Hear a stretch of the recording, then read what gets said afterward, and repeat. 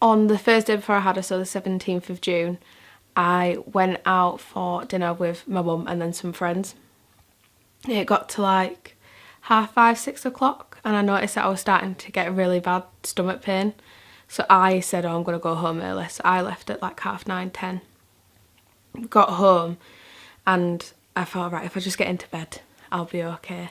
And I tried to lay there for as long as I could. I think I was there till about 11 o'clock. And then I called my mum. She told me to go down. As soon as I got down there, she was like, oh, we need to call 111. So that's what we did. And there was like, oh, we don't know what it is, but we're not going to send out an ambulance because it doesn't sound like something serious, but because of the amount of pain she's in, we suggest that she just go to A&E to get checked out. So got a taxi straight over. I ended up in A&E at about 2:30 in the morning. I got seen in triage straight away because, again, of the amount of pain I was in. I think people could see it visibly. And the nurse in there said, oh, I feel like it could be appendicitis, but I'm not obviously telling you that's what it is, but we'll get you seen to as soon as possible.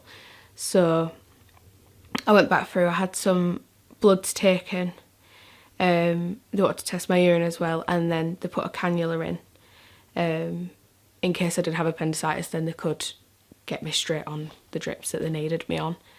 And then I got pulled into a separate room and there was just like, oh, did you know you're pregnant?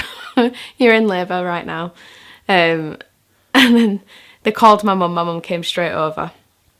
And then I went up to the maternity assessment unit where they scanned to see like how far along I was, because obviously I had no idea, so we didn't know if she was going to be premature, if I was like full term.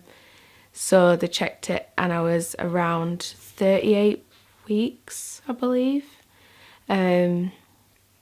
I was in the maternity assessment unit for maybe half an hour and then I got taken straight over to the labour ward because I was already in active labour. Then from there, they put the monitors on to monitor her heart rate, but she kept moving, so they couldn't do it. So they had to put the clip on her head, but in order to do that, my waters hadn't broken yet, so they obviously had to do that for me. When they did that, they realised that she had pooed whilst inside. So because of that, I had to go for emergency C-section, because obviously she could have died. So from there I went straight to the theatre.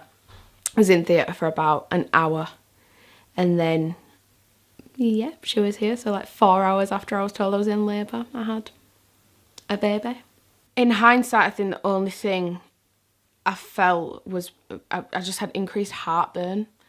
And as soon as obviously she was born, Mum was like, look at the amount of hair she has, how did you not have heartburn? And I was like, actually thinking about it, I did have a lot of heartburn, but that's probably the only thing I noticed, really. Didn't feel any sort of movement or anything.